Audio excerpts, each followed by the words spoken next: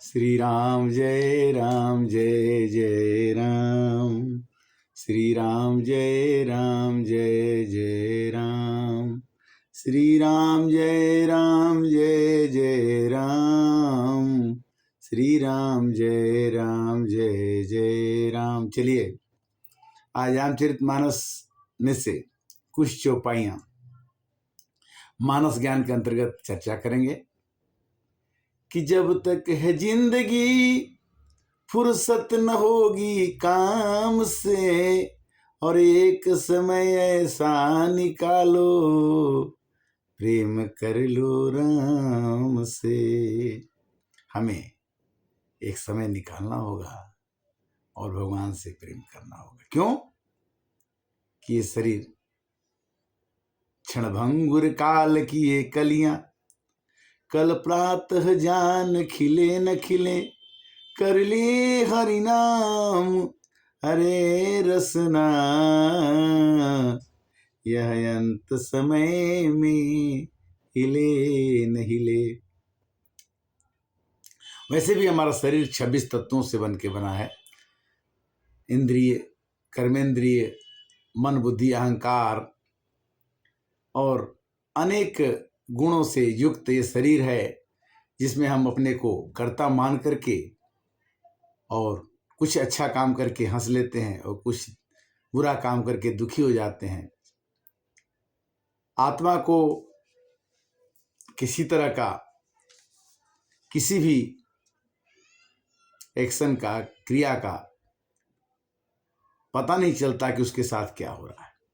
उसी तरह से शरीर में अगर शरीर, आत्मा के बिना शरीर को हाथ काट के रख दिया जाए और हाथ के ऊपर कुछ भी किया जाए तो उसको पता नहीं चलेगा। आत्मा को निकाल दीजिए और शरीर से बोलिए, आंख देखे देख नहीं सकती, नाक सूंघे सूंघ नहीं सकती।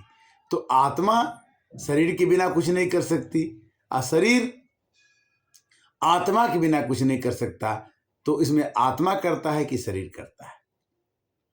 इसलिए जो चला रहा है इसको,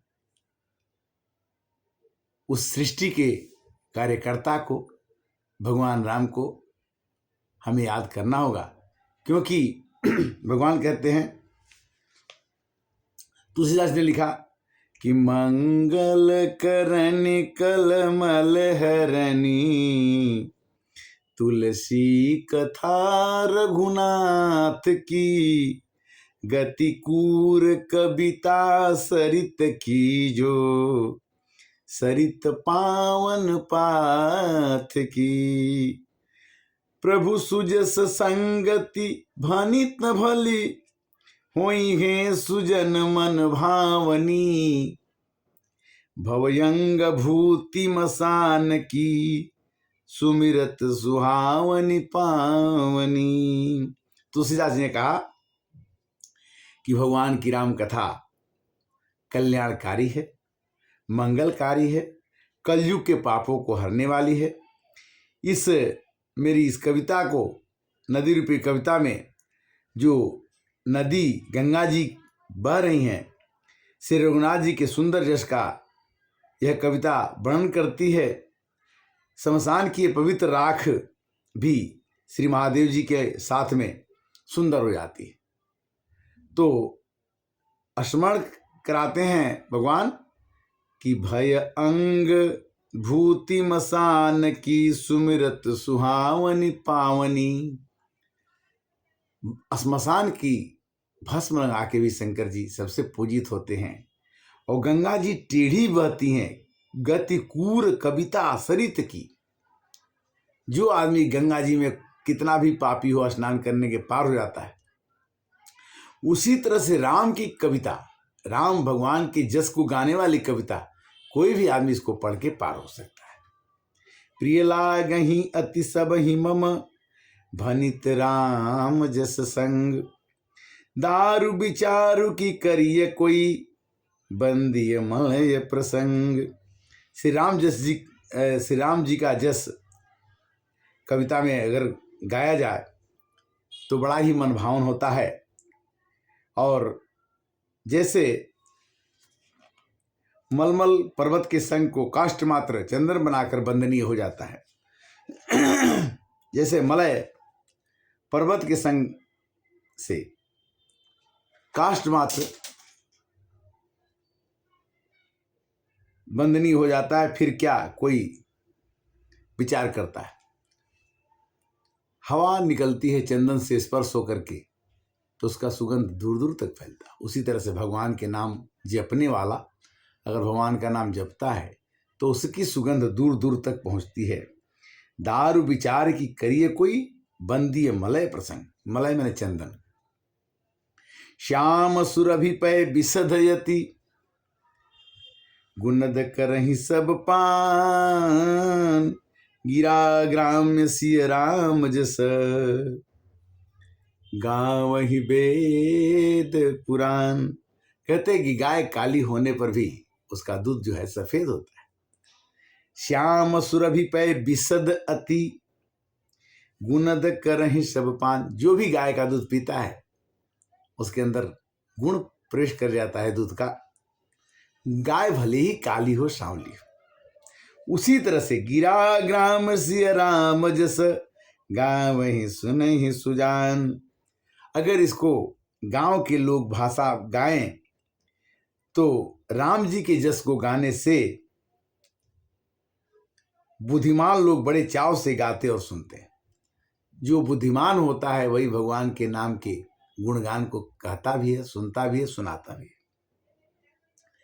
मणि मानक मुक्ता छवि जैसी, अयहि गिरी गज सिर सोहन तैसी। जैसे मणिमाणिक मोती सुंदर छवि है, वह सांप और पर्वत और हाथी के मस्तक पर शोभा नहीं पाती। नृप किरीट तरनु तनु पाई, लाई सकल शोभाय दिखाई। राजा के मुकुट और नवज्योति के स्त्री के शरीर को पाकर ही सब अधिक शोभा प्राप्त होते। तैसे ही सु कभी कभी बुद्धि कहही, औपजहि अनत अनत छवि लहही। भगति हेतु विधि भवन बिहाई, असुमिरत शारद आवत धाई। कवि के स्मरण करते ही उसके भक्ति के कारण सरस्वती जी ब्रह्मलोक छोड़ करके दौड़ी चली जाती हैं। माँ सरस्वती विद्या वाणी की दात्री हैं और जब हम भगवान का भजन गाते हैं तो हमारे जिह्वा पर आ जाती है। कैसे? भगति हेतु विधि भवन विहाई। ब्रह्मा के घर को छोड़ करके सरस्वती जी कहाँ चली जाती हैं? सुमिरत शारद आवती धाई। जो भक्त भगवान के गुणगान करता है, मेरी कुटिया के भाग आज जाग जाएंगे, राम आएंगे। और सेवरी करेली सगुनवा, आजू घर रामा आई है ना। तो जब हम गाते हैं भगवान का नाम तो सरस्वती जी हमारे जिह्वा पर बढ़ जाती है और मिठास उस गाने में ले जाती है कि बनाई सृष्टि है जिस प्रभु ने, वही ये सृष्टि चला रहे हैं। जो पेड़ हमने लगाए पहले, उसी का फल अब हम खा रहे हैं। बनाई सृष्टि है जिस प्रभु ने। तो मतलब कि रामचरित सर बिन अनवाए, सो श्रम जाइन कोटि पाए। रामचरितमानस तुलसीदास जी ने लिख दिया है और इस रामचरितमानस में अगर आप एक बार गोता लगा लेते हैं, एक बार पढ़ लेते हैं, तो आपका श्रम, आपके अंदर जो श्रम की भावना है, परिश्रम की भावना है, आपकी थकान दूर हो जाएगी। कभी को विदेश हृदय विचारी, गावहि हरि जस कलिमल हारी। कली के मल को हरने वाली है राम की कथा। इसीलिए कवि जो हैं जो कविता करने वाले हैं इसको गाते हैं। कीन्हे प्राकृत जन गुण गाना, सिर धुन गिरा लगत पछताना। संसार की बात करते करते जीवन थक जाता है और हम कुछ पा नहीं पाते। हम कई दिन भर कई तरह के काम करते हैं, कई वर्षों बिता देते हैं, किंतु भगवान की कथा कहते हैं और सुनते हैं और सुनाते हैं, तब हमारा मन बड़ा प्रसन्न होता है। क्यों? कि जोई जानत सोई देहि जनाई, और जानत तुम्ही होई जाई। हृदय सिंधुमति सीप समाना, स्वाति शारदा करहि सुजाना। बुद्धिमान लोग हृदय को समुद्र, बुद्धि को सीप समझ करके, सरस्वती को स्वाति नक्षत्र समझ करके कहते हैं कि जो बरसई बरबारी विचारू, अहोई कबित मुक्ता मन चारू। सीप के मुंह में स्वाति नक्षत्र का अगर एक बूंद पड़ जाए तो मोती बन जाता है। उसी तरह से कि जो बरसई बरबारी विचारू, यह स्वाति नक्षत्र, यह रामचरितमानस अगर किसी के मुंह में पड़े तो वो मणि बन जाए, वो मोती बन जाए और उसका मन खुश हो जाए, आनंदित हो जाए। इसलिए रामचरितमानस की महिमा तुलसीदास जी ने गाया कि जुगुत वेद पुनि पोहई, रामचरित बरताग, अपहिरहि सजन विमल और शोभायति अनुराग।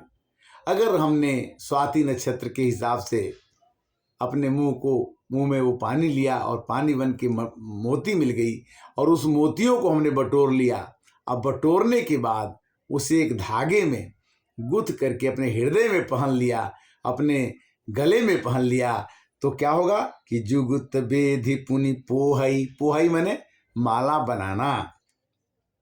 रामचरित बरताग, राम के चरित्र के गुणों को, राम जी के चरित्र के गुणों को अगर हमने माला बना के पहन लिया कि पहिरहि सज्जन विमल और, अगर अपने स्वच्छ हृदय में, तो अगर उस माला को हम पहन लें। राम कैसे थे?